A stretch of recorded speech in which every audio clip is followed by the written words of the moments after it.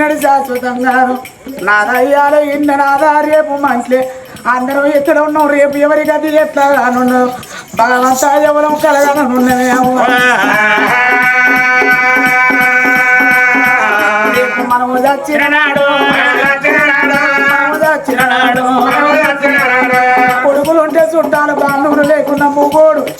ఇప్పుడు కట్టుకపోయి అవ్వయిన ధర్మంగా దానం చేస్తారు కానీ ఇలా కన్నుళ్ళు 10 మంది కొడుకుల అంటే అక్కడొక్క